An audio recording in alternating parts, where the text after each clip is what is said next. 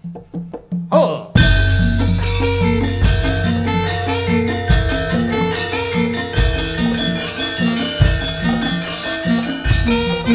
Hai.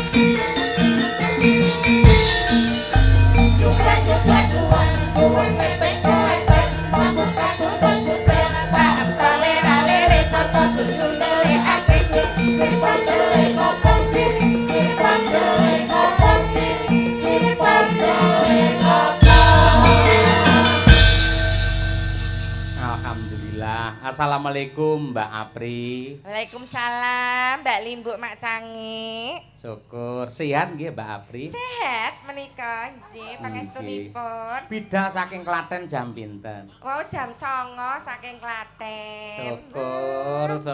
Niki nggih lumayan rame jobipun. Ya alhamdulillah pangestu panjenengan. Nggih. Rame gek ndalu menika sing kula anti-anti saged pinanggih Pak Yoyo kalih rencang-rencang Madangkara. Aduh nggih. Saya melih wonten pujaan hati kula ingkang rawuh. Sinten? Imam.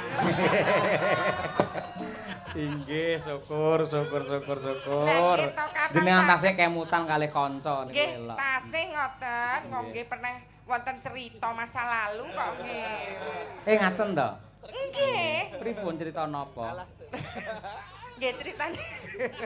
Napa ditungi ngeten nggih. Oh, nggih critane rumiyin. Nggih. PKN niku rak nggih badhe saling kenal ngoten to. Nggih. Saling pun ajeng berpacu ngoten to. Niku program dari FKUB, kerukunan lho niku. Nggih. Saling kenal niku. Nggih. Lah kerukunan lho. Gandeng kula niku rak nggih dilindungi kalih FKUB lho. FKUB menika rak nggih melindungi untuk kekerasan anak lho, nggih to. Nggih. Lah kula niku sire rak ajeng dianu Mas Imam. Tujune kula terus dilindungi FKUB.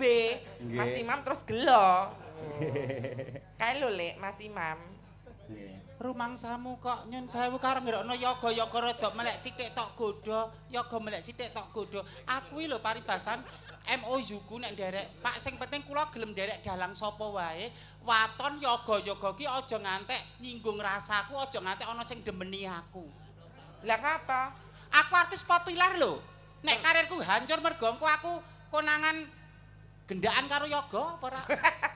Pamorku hancur. Telek wonge suweke kok dadak, tuweke kok dadak. Senengane. Dek puno ya penyanyi Pak Yoyo ki ya bancine ban siladan. Lah pripun? Bintang tamu duo sinden Mimin Apri. Rayo disampar sisan sugeng dalu Mbak Mimin Mbak Apri wis penak. Sugeng dalu Mbak Apri sugeng dalu saking dalu jam. Lah aku ki apa kudu bintang tamu. Tak kira kowe niki wau dereng sekedap Mbak Apri jenengan mang mriko Mbak. Yo ngenteni dalang kondang urutane diajari lho. Rada maju mriki, ngono urung-urung wis mutu. Pisan rapindo. Kula nderek penyanyi seprene terakhir karo tengah tahun yang lalu ten Sawo, ten Ponorogo. Pengen dibagekke. Napa kula ki rumangsaku nek ukuran cantik ya relatif. Kabisan kula ya ra kuciwani. Etutut ya madolke. Ewan jene penyanyi rek kalih kula nu babakan menapa. Kok sik to, Pak Yoyo. Wis sampeyan kok. Sik tak leganane. Nggih, kula bagekke. Nasional men mengakui panjenengan wakle-wakle kalian kula. Bintang tamu lho sugeng dalu Mbak Min Mbak Apri wis penak aman. Sugeng dalu Mbak Apri, saking dalu jam pinten. Aku dianggap batang ya akhirnya. Kok sik tok urung wayahe sing sabar. Nggih, urung wayahe. Mau lah Sampun Mbak. kabeh mboten amuk dalu menika. Mboten montrat ora. Kaping-kaping lho. Nggih. Panjenengan mboten pirsa, men tak jelaske sisan. Kok sik tok. Bapak Dokter Andi Rajimen, Bapak Haji Rajimen nganteni. Pokoknya bintang tamu sapa wae emoh njaluke Mimin direwangi salat malam. Ketemune Mimin. Ketemune ora Mimin, Sukimin. Kok tekan mriki penyon kok. Kedap kula bagekke. Sajak tambuh Ngaturaken sugeng rawuh dumateng ingkang winantung pakurmatan Mbak Apri sugeng rawuhipun nggih Mbak nggih. Sugeng dalu Pak Yoyo. Nggih. Sami sehat nggih Mbak Apri nggih. Sehat Pak Iya iya. Nggih, mugi-mugi tansah ginanjar kawilujengan lan ugi barokah panjenengane nggih. Kerukunan umat beragama. Iya iya. Nggih. Wah. Iki kok ketok ya aku ki cacar air apa ora ngene iki kok. Piye? Nggih. Oh, sing den pawakan begenggek iya ngono kuwi. Kok begenggek piye ta? Pak Yoyo piyaine bagus. Heeh. Ya paribasan dalang hebat ora mung paribasan dalang hebat. Ning aku ora gage-gage, ngono nganggo etika. Lah lenggah garwane lho, ngemong rasa. Lah kan padha-padha wong wedok ngemong rasa. Sing wedok ki sapa? Aku karo Bu Kesi. Nek Bu Kesi genah lah kowe wong wedok kok nek nguyuh ngadeg. Nek ngisor telonan.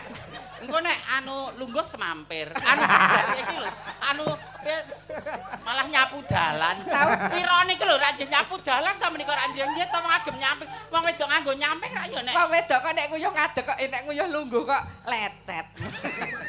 Kuwi jenenge forum kerukunan umat beragama. Nek iki sing didelokke ora babakan nek guru ayo jagatan medsos kae wong ayu-ayu kabeh. Ini sing mumpuni.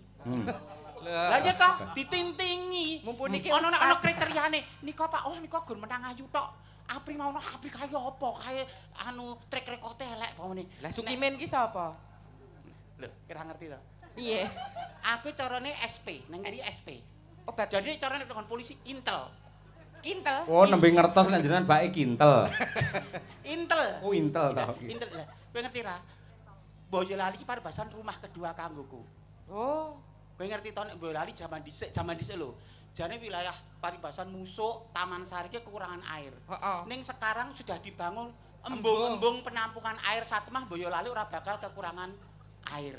Kuwi nomor 1. Iya. Pembuatan KK, KTP dan surat menyurat gratis tanpa dipungut biaya. Boyolali. Ning ana kebijakan sing aku ora cocok. Apa? Sono Layu dadi anu kawasan hijau ki ra iku mangkal ra ya dadak pindah to.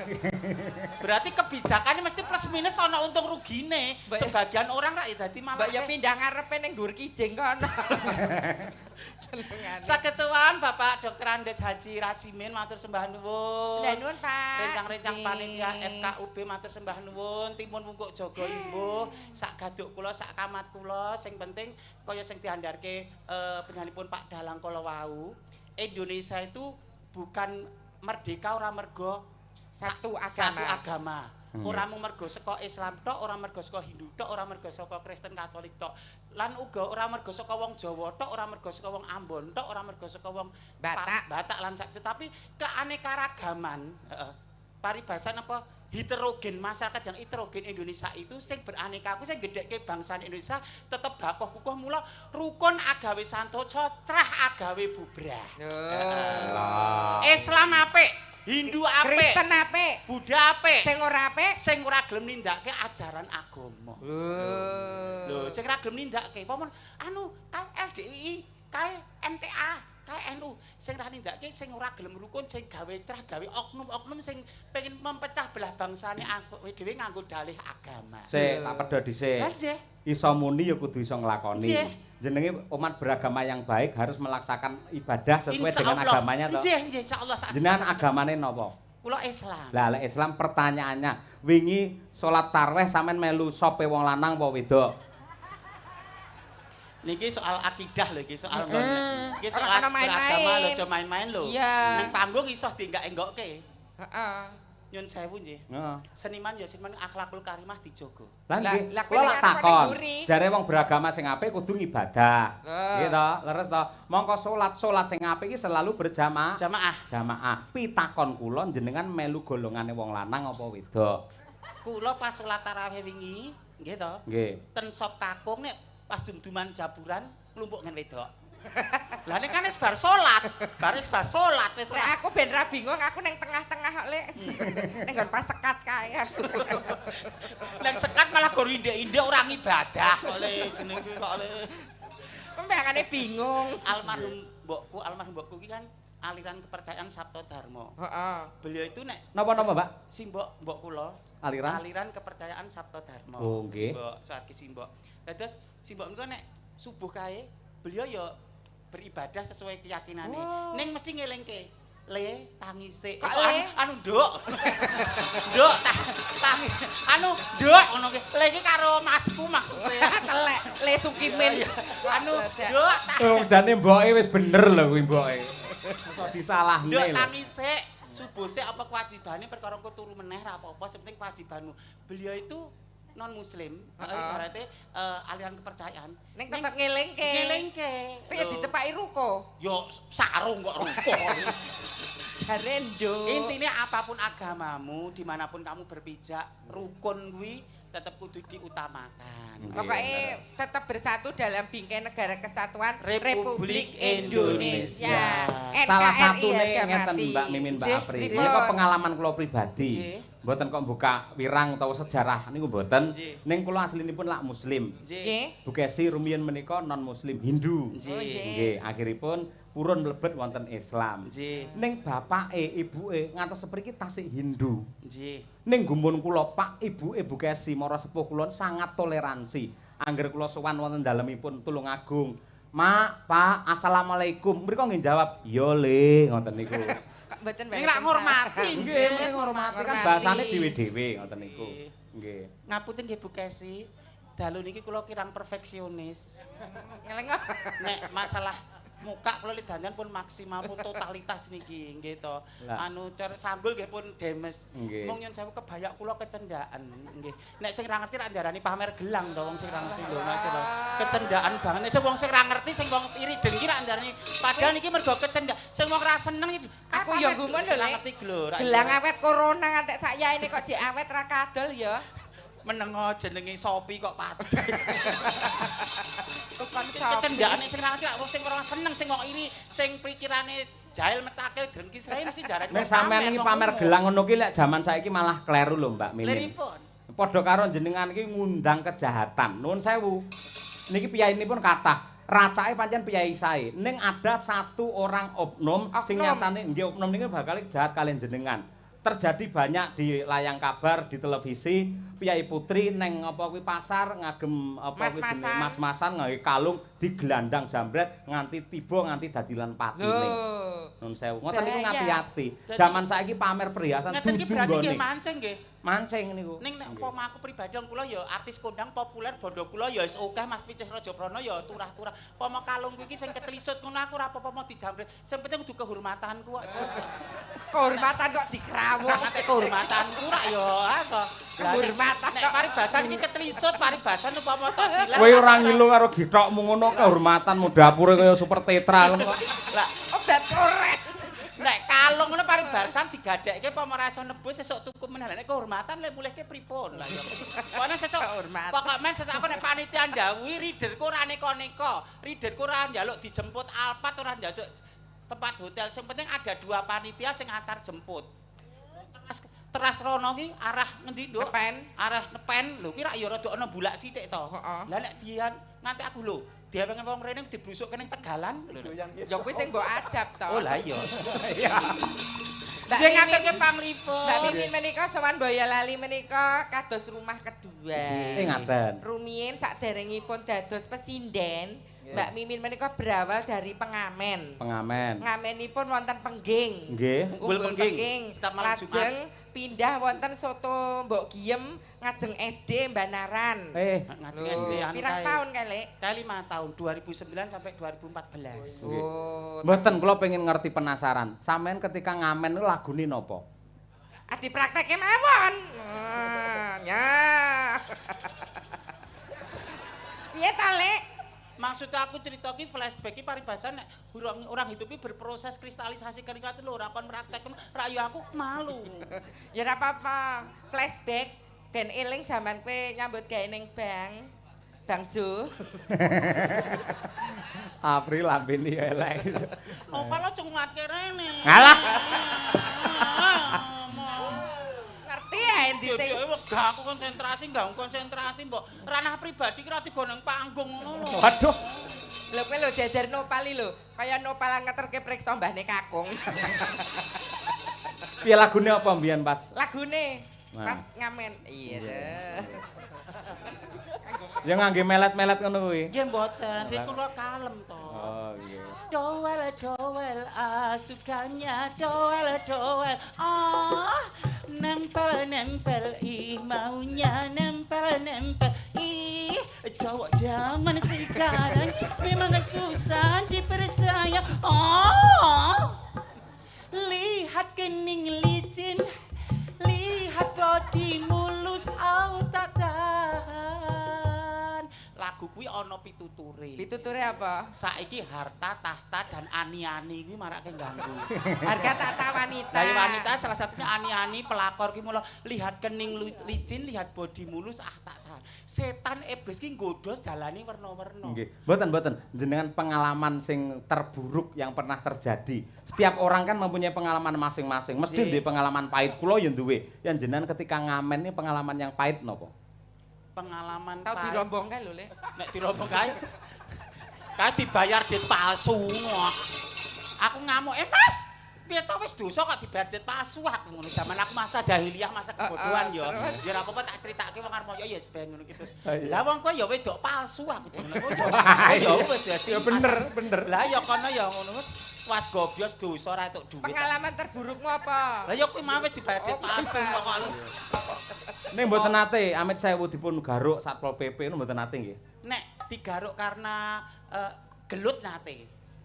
Sampeyan iki gelut. Lah kula kan membela harga diri saya toh ceritane. Lah terus ditarik tapi ternyata cuman salah miskomunikasi aja. Oh. Nduk sesuk aja metu bengi ya wong wedok iki godane akeh. Oh nggih. Nggih. Mboten dituding-tuding disalahke ngoten mboten. Tapi diarahkan. Masuke nanti piring tindak pidana ringan. Wah.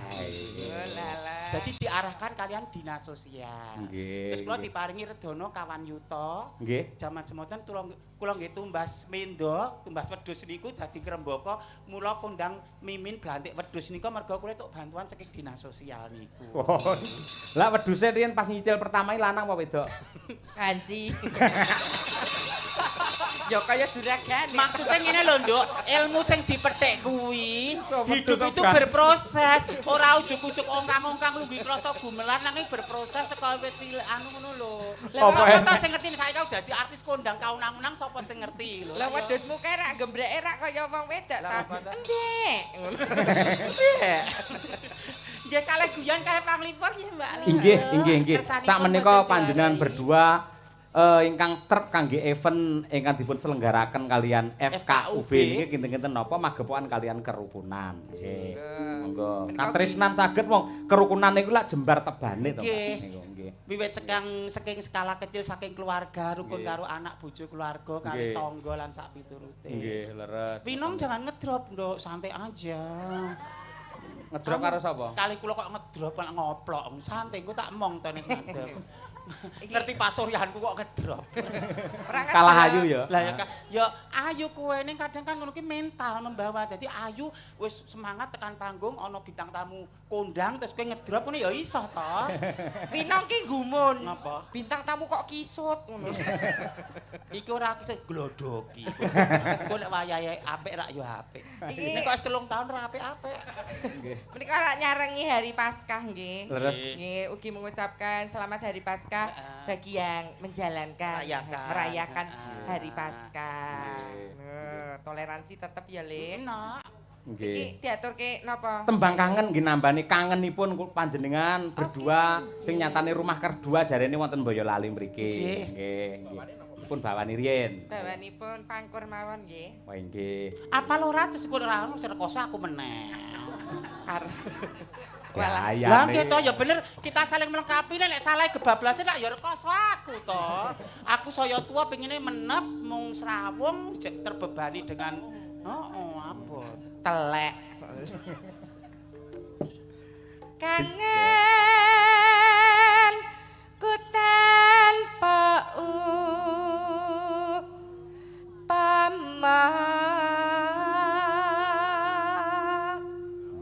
bar suntike suarane apik kaya ngono bar aku bar preksa lho aku bar disuntike malah rusak awakku aku apa jenenge semangatku ki terpacu lho Le oh ya ana pengaruh mergane apa mergane nek kumis tipis Ngono kuwi ya marake iso motivasi ya iso, marake nglokro ya iso, gumantung awake dhewe. Nyawang wis mengkorok. Donya kan digelar to, Nduk. Wong bagus to wong ayu ki nggo nyemangati ya iso ning dadi panggoda ya iso, dadi njlomprongke ya iso. Bondo ki dienggo dana driyah ya iso, dienggo paribasan, dienggo angkara murka, dienggo ngeslot ya iso. Gumantung cara lho. Iya, bener. Hotel ki nggo istirahat ya iso, dienggo mesum ya iso, gumantung gumantung oknumnya, jadi jangan menyalahkan tempatnya. Oh iya. Kulino aja. Mung sliramu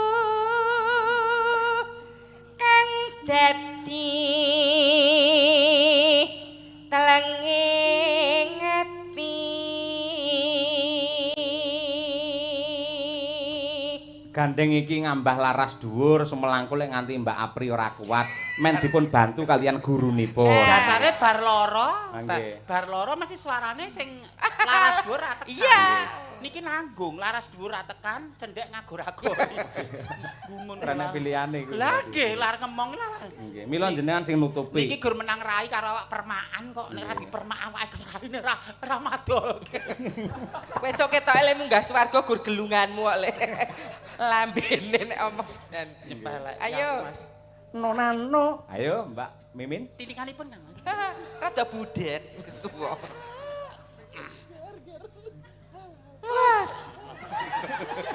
Apa enek sindene wos.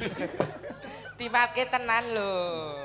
Bu Kesi nyun pangapunten disinaosa penjenengan dosa ning rak mboten nyun sewu wis ora gamang melih nek kula mumpuni to Bu pun mboten kaget melih to lho Bu Kesi. Waslah sanggonku nunggu. Kalau benjing munter piye? Apa larase iki munggah sak wilah ya Mas? Munggahane. Heeh. Tok gawe barang iki mau. Gulu menjingmu lho pindah ning cengel iki mau.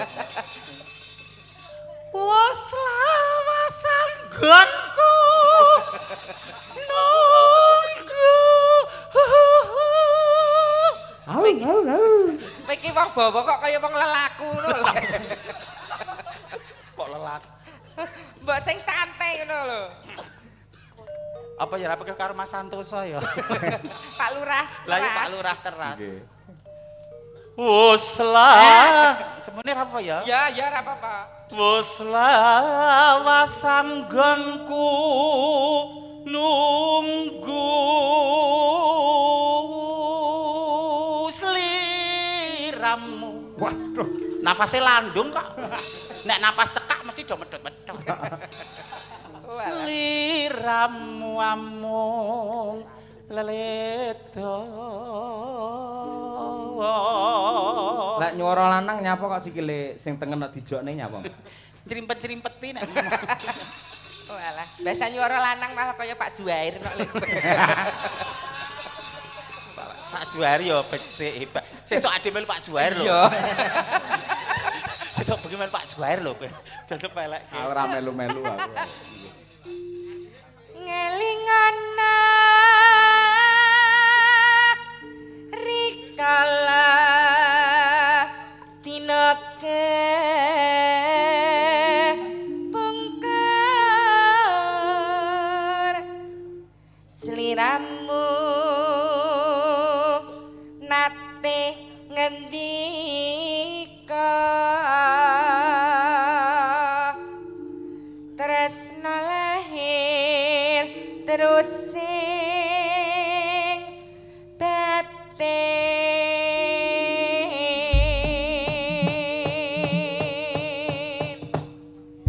Kondange lak Mbak Mimin niku gurune Mbak Apri merga luwih senior. Gandeng panjenengan kekalih wau lek sampun nembang gantian.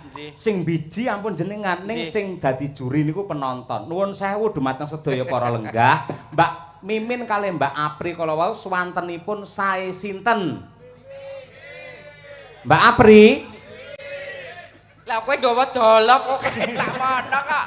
Penonton ki tak bayar kabeh. Tak bayar kabeh aku sinden anu merwira kok. Lah kula dhe tak nggo apa ora tak driyahke iki lho. Waduh, nggo apa? Lho ngono. Sebaik-baik manusia yang bermanfaat buat orang lain. Nek aku wis cukup dhe 50.000, dhe sak juta tak nggo apa nek 900 tak sumbangke. Paribasa digembor ra mendosol atau dibuang ra merusak. Kae mbok sumbangke apa mbok nggo ngangsur Lek? Sebagian. Bosok.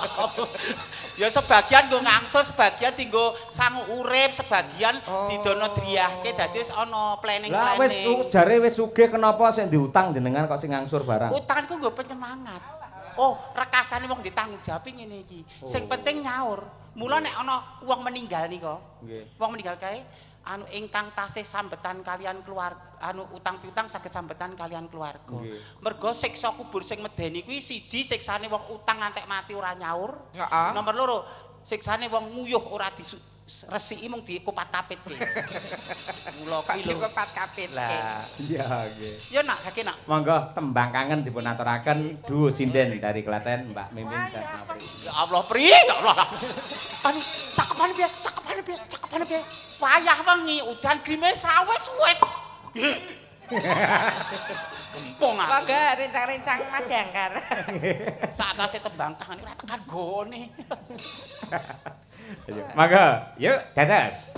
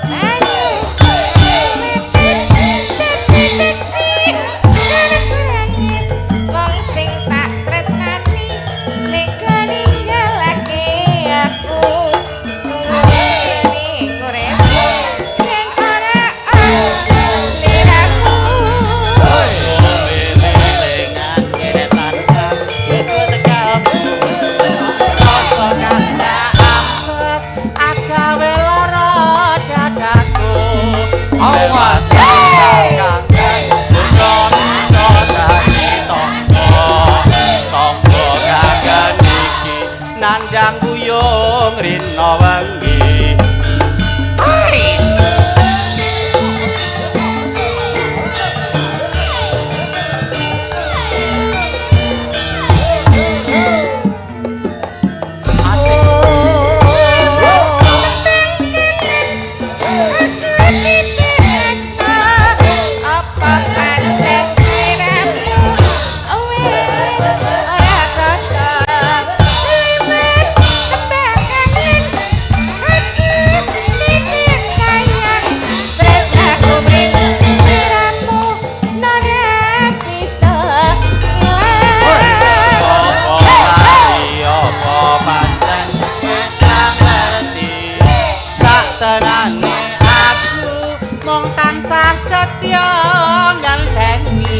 ngenteni balite endah manis sing sembul lewat kembang kangen iki wujud tresnanku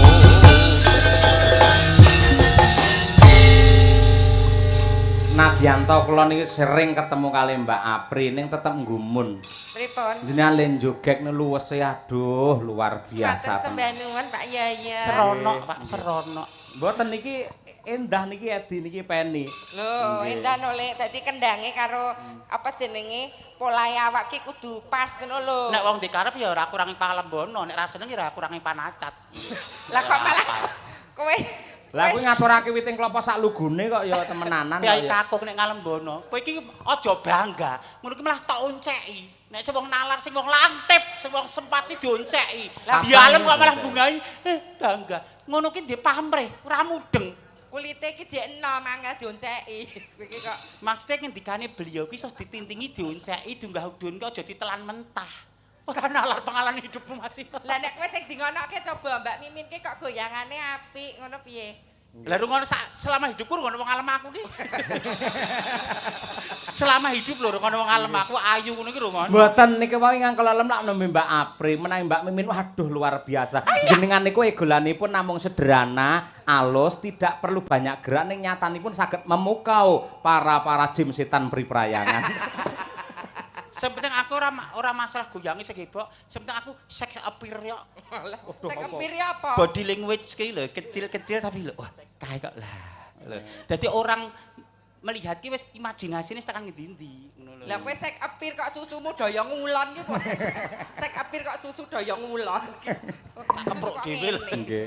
Mbak Mimin Mbak Apri ngeten. Nggih. Menika wau wonten dawuh saking panitia mliginipun Pak Lurah. Pak Lurah, Pak Joko nggih. Menika wonten Ananda Eko Marsono. Ananda Eko Marsono. Nggih, menika nuwun sewu tunanetra ning nggadahi swanten ingkang sae. Nggih. Lan kala mangsa ugi kepareng dakwah utawi pengaosan. Oh, nggih, monggo pengajian lho, Le. Mas. Nggih.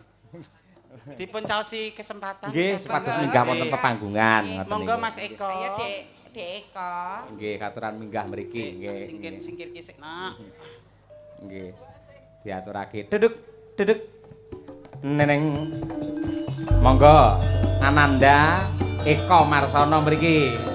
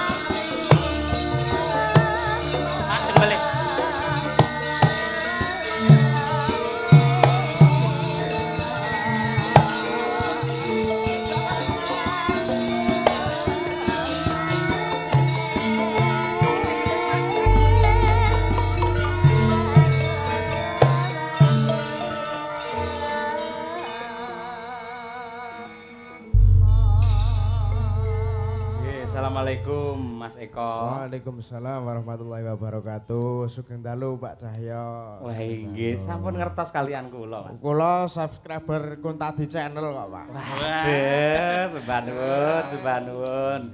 Sering mantau teng YouTube. Nggih, sering. Nggih. Nek dalu sering. Jenengan yo ngefan karo aku rae, Mas. Jenengan sinten to Pak De? Aduh. Suwantene putri kok suwantene putri mestine ya wanodya to penyar menika kok Lah yo. kula wau krungu-krungu kok jarene esuk men blantik wedhus iki Oh, alah. Nggih, matur sembah nuwun Nggih, penyiar Mbak tresno Mimi. budaya. Nggih mengin nembe ajar kok. Mboten napa-napa. Dek Eko pidalem saking pundi? Kula saking cerak mriki mawon, Pundi? saking Doplang. Oh, Oh, Ndoplang. Ndoplang. Ndoplang ki Lor Janti. Nggih. Apal Mbak Apri ya. Pripun? Jenengan kok apal? Apal no. Ah dibribek wong mriku riyen. Mriku kampung lele. Apri ki anggere kok Apri ki lare semen ngendi jebolane ndek pacar tukang son, ndek pacar pengendang jaipong, ndek pacar ndi ternyata kok campur sari ndi melu, ndek pacar penggerong. Nah, iki aja pomo menang karo Unik iki ya dadi pacare lho dhisik. Sekarang karo Unik galake kok. Dek Eko badhe ngatur. Pengedan badhe ngatur kenapa? Napa nggih? Lagu? Pepeling mawon. Oh, Apa pepeling. peling? Oh nggih, Kepareng menawi ngoten Bapak. malah trep menika wonten ing angka parengersakaken. Sekedhap nggih Mas Eko kula waosipun. Nggih. Assalamualaikum warahmatullahi wabarakatuh. Saking kula bala dhewe Eyang Kakung Mbah Umar katur kidalang ing pakliran menawi dipun keparengaken wekdal sakmenika ing limbukan nyuwun pepeling Slendra Sanga. Inggih. Kalian lagu tawi tembang titipane anak putu pelok barang. Nggih. Menawi ngangge bawa wonten piyantun ingkang mbawon nggih ngestakaken dawuh. Matur sembah nuwun. Menika ngersakaken pepeling trep menawi ngaten Mas Eko Marsono. Mas Eko. Nggih. Bawa ya Dek Eko. Nggih, bawa ngidul karo bojone. Walah ndagel lho senengane. Bawa ki yo lah.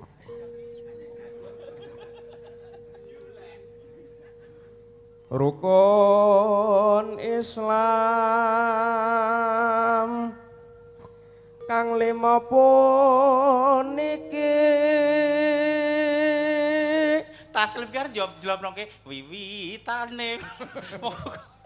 niku sesi deman niku. Oh, ki mudeng kok. Berarti jenengan sok sesi deman soan berarti jenengan. Mboten kula kok gur tumbas. Oh. Malah Katindakno mring para sesama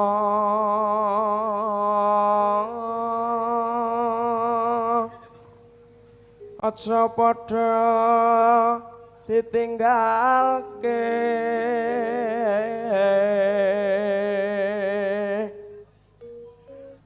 rukun lima pun niku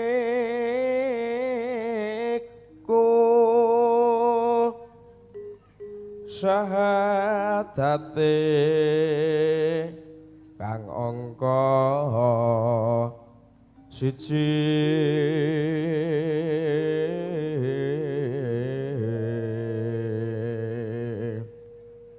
kang angka loro salat dene kang telu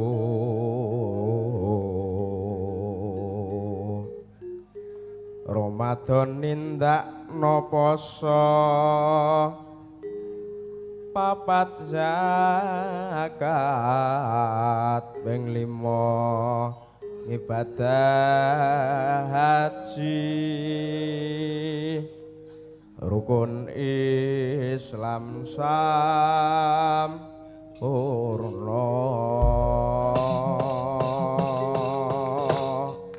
para lenggah nyuwun tepuk tangan kagem Mas Eko Marsono luar biasa. Luar biasa. Sae sanget. Sak tembangipun. Nggih. Nggih, mangke sesarengan kalian Mbak Mimin kalian Mbak Apri lan ugi Sinden Madangkara. Monggo dipun aturaken pepiling karya Abdi Solo Ki Anom Surata mugi tansah ginanjar seger waras lan ugi barokah panjang yuswa. Amin. Monggo dados.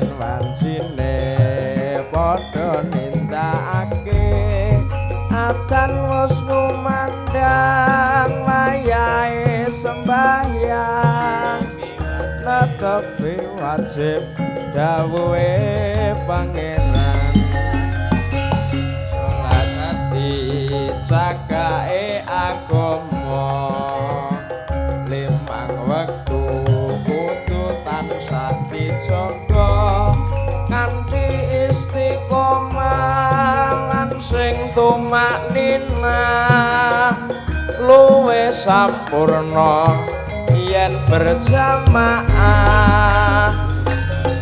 subuh zuhur lan asar salat sayekti ngadohke tindak mungkar maghrib lan isya jangkepe prayogane ditambah salat sunahe sembrono iku perintah agama ngelingono ning donya mung sedhela sabar lan tawakal pasrah sing kuwasa yen kepareng besok munggah swarga.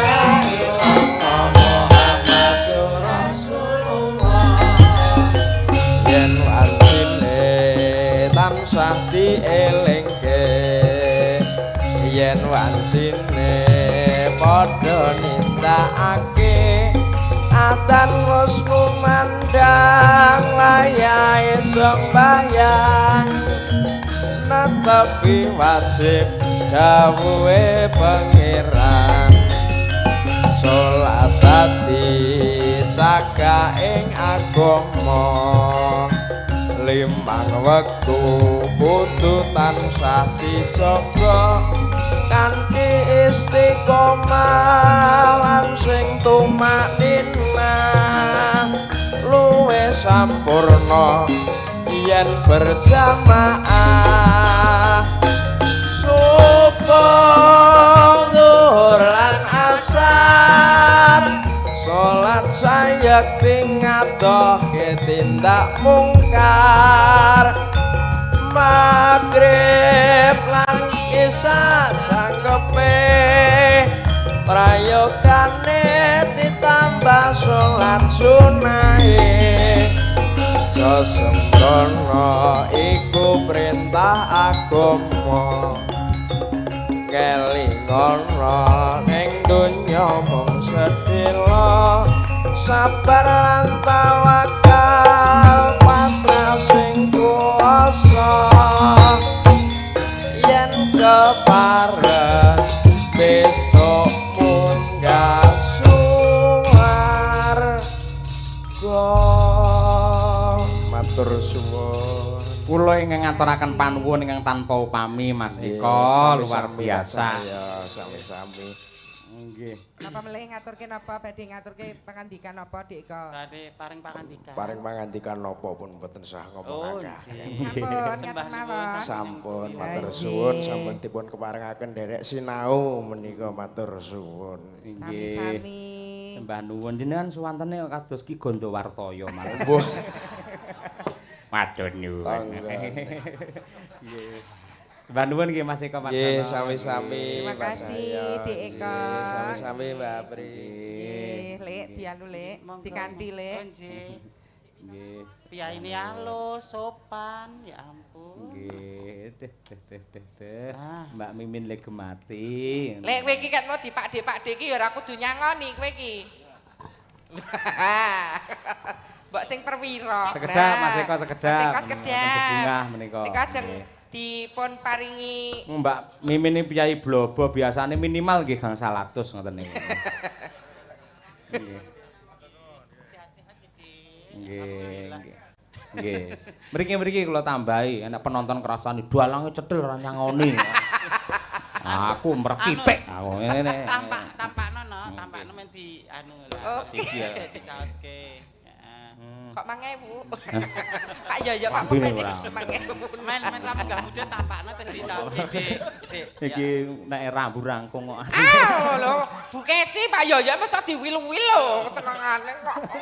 Lah lambene. Lah kok omonganku ra lidok to tenan. Menika dipun tambahi saking Pak Cahyo Kuntadi. Matur suwun Pak Cahyo, matur suwun mugi-mugi berkah barokah. Nggih. Mas mangdongakne kula sehat panjang umur Mas Eko nggih. Nggih, sembah nuwun luar biasa. Gek ngoten niku gek Mbak Mimi nyangoni, Pak Dalang nyangoni, Pak Lurah iki gek ya nyangoni ra ya. Sampeyan aja nyerempet-nyerempet, Pak Lurah iki seksi sibuk ning kene apa-apa Lho kula pun biayane. ditenggani teng transit sak Pak Lurah lho. jagongi aku wis sak ngono. Jan aku. Lek Mereka foto kagem- ra mung ping pisan pindho lho Pak Lurah ki ping ngantek ping sejinah ngono. Pak Joko niku. Nggih. Nek lak mesti profesional rampung beres. Rampung beres pun kula nggih ngangsur sasi wingi. Menika kangge perwakilan para kadang kepala desa. Nggih. Menika wonten Pak Santoso, Nggih. Pak Kepala Desa Teras. Nggih, Menika nggih. katuran minggah panggung ya, Lek. Nggih, siap. Monggo Mas nggih. Santoso klinane nek aku ngaturi Mas ngene ngantek dadi lurah bareng ya keteltuh Mas lho aku. Mas Santoso mboten ngira-ngira hormat monggo Kang Mas. Monggo Mas Santoso. Monggo mriki kula entosi. Penontone wis ngenteni Mas Santoso ngaturan mriki Mas Santoso. Nggih, piyayine lho Jatmika. Kang Mas. Nggih. Nek Mas Santoso ki ngancani awake dhewe ketok ya malah gur mung senep tok. Ya digoleki sing asli to Pri Mas Mboten Santoso. napa-napa, wong. Dikancani nduk wino apa nduk birgita ngono nek dhewe malah aku pekewuh dhewe to. Pak Santoso ki wis kulino nek karo wong ae sadurunge menjabat menjadi kepala desa rak nggih. Pranata Cara ya MC Campursari ya Madeg Campursari. Lah ya lah niatku seduluran nek Mas Santoso terus nyaman karo aku rak ya aku malah anu. Telek min. Lho nyaman iku nyaman berkomunikasi. Nyaman le komunikasi ngono lho. Nyatane Nyengkuyung nggih, Mbak Mas. Mimin ki ya tenan kok. Rigen mugen tegen Wah, gelem. tenan. Lah. Niku wong atas kala wingi kula tangkatke kalih Apri. Sipun. Anu nuwun sewu Mbak Apri, anu Mbak Mimin nek sesuk ya iso sowan to. Saged lho, saiki ora live TikTok aku ya ngono. Live TikTok. Nggih saplek bar meskram niku Lah. rada rasa-rasen. Operasi Mio menika. Aduh.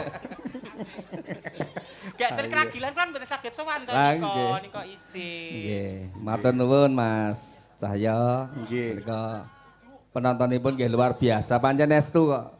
Pripun? Wilayah mriki niku sayuk rukun. Alhamdulillah. Kados ketikane panjenengan iki kegiatan menika dipun sengkuyung kalian RT Kuweni, Nggih. Piporjo, Tukangan, RT Karanganyar sebelah niki iki RT Karanganyar sedaya nyengkuyung. Nggih. Nek sowan wonten kuweni niku ro kados napa mboten sanes Kyai sanes lho. Nggih. Zaman Bayu Musik Mas Lah, Supri nggih. Swergi lho. Nggih. Niku asli piyai Kuweni. Nah, Nggih. ngaturaken bawa Pak Santoso, Pak Lurah. Nggih sak gatuk-gatuk kalah karo Mas Eko mau. Yen perlu malah duet mawon ning kali Mbak Mimin Apri lak pun kulino. Nggih, duet mawon. Niki ngicipi niki anak-anak niki. Monggo, nggih. Jadi Kang seumuran nih kali Mbak Tuti. Kali Mbak Winong enggak apa-apa. Mbak Winong, ayo nang ngene. Santai Winong. Di Pak Lurah lho nong, ya kudu hormat panjenengane kepala desa ya MC budayawan, seniman, wah komplit. Ngapunten lho Mas Santoso dek nalika penyen isih ngasto MC aku kan jarang melu beliau. Rung itu karo Pakne Cacah to bisa. Nong menyat nong. Pakne Cacah ki ya wujud menungso. Nggih. Tunggak jati. Nggih. Pokoke jaman campur sarine Pak Santoso nek nderek Pak Santoso ki pakaian kudu rapi, guyon ra oleh lekor, ra oleh. Lho langke nuwun jenenge nuwun sewu iso pan-mapan kok nek dagelan nuwun sewu. Nggih. Nggih. Nuwun sewu rada miring-miring ra apa-apa ning nek penyanyi MC iki ya. Nggih kudu mlaku sak. Lah niki kinten-kinten Winong niki masuk mboten mlebet campur sari niki. Oh, masuk niki. Mengke kula nyuwun nomor ya, Di. Aduh, nggih. Dapat campur sari. Lho maksude sok nek nuwun sewu warga ki mbutuhke penyanyi niku tak jobke ngono lho kok Mas. Nomor kula tasih dipun save to, Mas. Tese nek jenengan iki Mbak Mimin. Nggih, kersane Gumyak. Napa? Lintang Asmara mawon. Wah nggih, kersane. Santoso. Ajeng bawa engko nek kontes kula nggih peke karo Mas Taslim nek bawa niku wis kena. Kena kalah kok Di. Nggih, kalah sumunar nggih. Lintang Asmara Pak Santoso melawan Winong Nawangse. Yuk.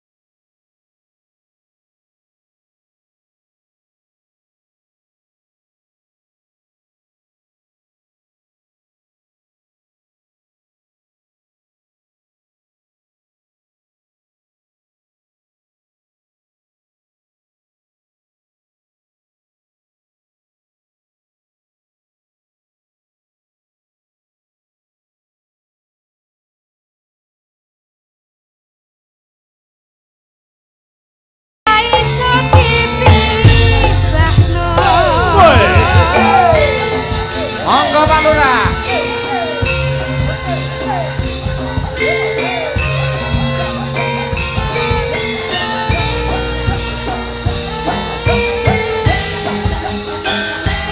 Ayo rukun, kompak selalu warga Kweni, Randusari.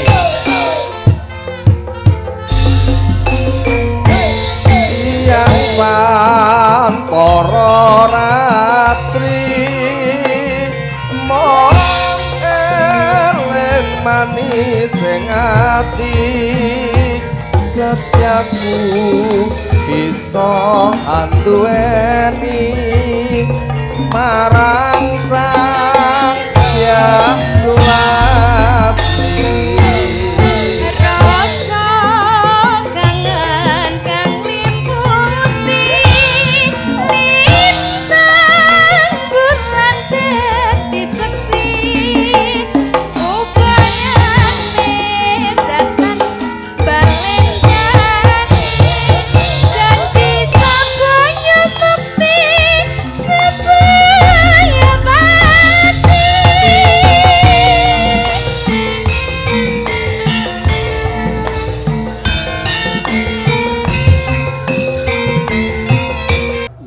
monggo pun lajengaken. Sembah nuwun Pak Lurah, Pak Joko ngaturaken panuwuning tanpa upami. Nggih, Pak Santoso. Pak Santoso nggih, nggih. Nggih sembah nuwun. Nah, saya genti niki nggih genduk Birgita. Ya, iki. Birgita. Gandeng jaman sak mangke niki lagi tren jaman jadul. Nah, nggih ngaturake tembang-tembang ingkang radi jadul. Napa? Salah satunya adalah Tambal Ban. Oh, Nah, Tambal nggih, Ban. nggih. Ugi ngaturaken panuwun dumateng para kadang-kadang penggemar wayang saking Wayang Mania Community WMC ing sampun kempal manunggal wonten ing kuweni mriki sembah nuwun. Siapapun dalangnya yang penting pangmunya. Wayangnya nggih, nggih. Makasih, nggih, nggih. Iki lho Birgita ki sing gayeng regeng karo deterjen-deterjen kuwi. Wes Ayo saiki tambah ayu. Ora apa-apa nok ngono dadi motivasi. Pripun, Kak? Semakin di atas itu pancen angin saya gede. Nggih, Selalu dibanding-bandingkan dengan yang lain ndak apa sing penting semangat ora nyalai wis bismillah ya nok. Kaya aku kasing do serik disantet nyatane Gusti Allah saya berkendak kun payakun dadi lan sehat. Kuwi nyantet kuwi diabrak opo. Jenengku mumbul menjilo terus do serik to. Demite iki kowe kok Mas. Wetengku isine lading, gorok, silet ngono kuwi kok. Lho kowe ngerti ra lho. Wetenge isine lading, gunting, silet, lho mlondoke gur separo. Sayane silet. Sayane silet. Yo, tambal ban nggih. Tambal ban. Yo. Yo. Monggo bersama Madangkara. Yuk, ketos. Oh, bertiga joget.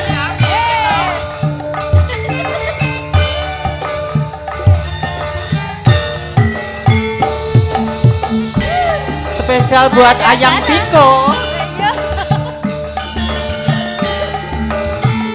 FKUB kaya selalu.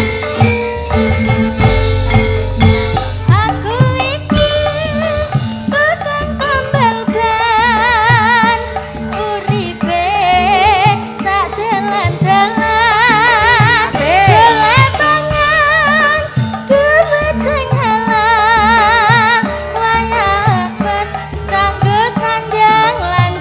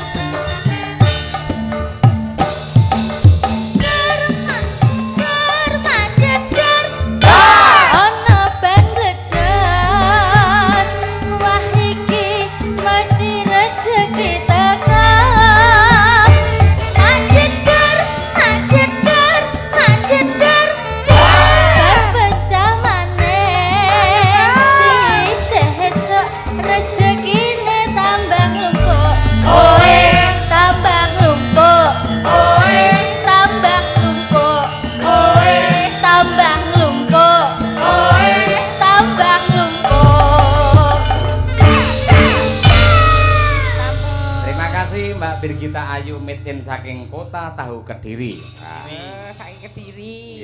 Nggih, Lembang Semang.